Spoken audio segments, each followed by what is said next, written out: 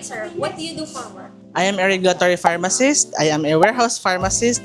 I am a training management pharmacist. I do SOP pharmacist. Parang nagugulo ako sa dami kong trabaho. Hindi ko alam kung saan doon. I do bidding, inclusion, yun na ata. What makes your job fun, or what do you enjoy the most about your role? I enjoy my work being alone as a introvert. Mas gusto mo mag-isip? Mas gusto ko, I want to work alone. Ayoko yung mga maraming tao. Pero hindi naman sa sobrang dami. Parang I work at my own pace para ma-achieve ko kung ano talaga yung work ko. Kung matapos ko talaga sila on time.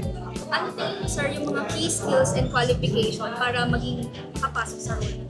Kailangan mo is patience, understanding, mahabang pasensya.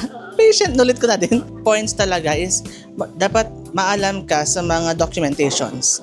Documentations, example, pag pumasok ka sa regulatory, especially pag ganun lang, more on product registrations ka lang, more on regulations. Pero if may other job descriptions ka like training management, product knowledge, product inclusions, biddings, warehouse staff, so dapat maalam ka sa mga key points and dapat malawak yung vocabulary mo dun.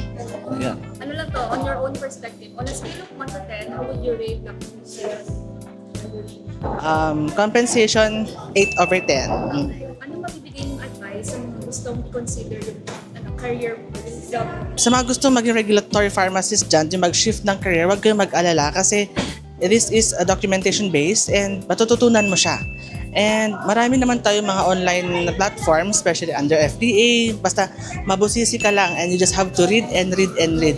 Kaya huwag kayong mahiya, baka huwag kayong mag-what ifs. Kasi if you are going to step in the window of regulatory pharmacist, mas madami kang opportunities, madaming mahuhon na skills mo and knowledges mo. And I thank you.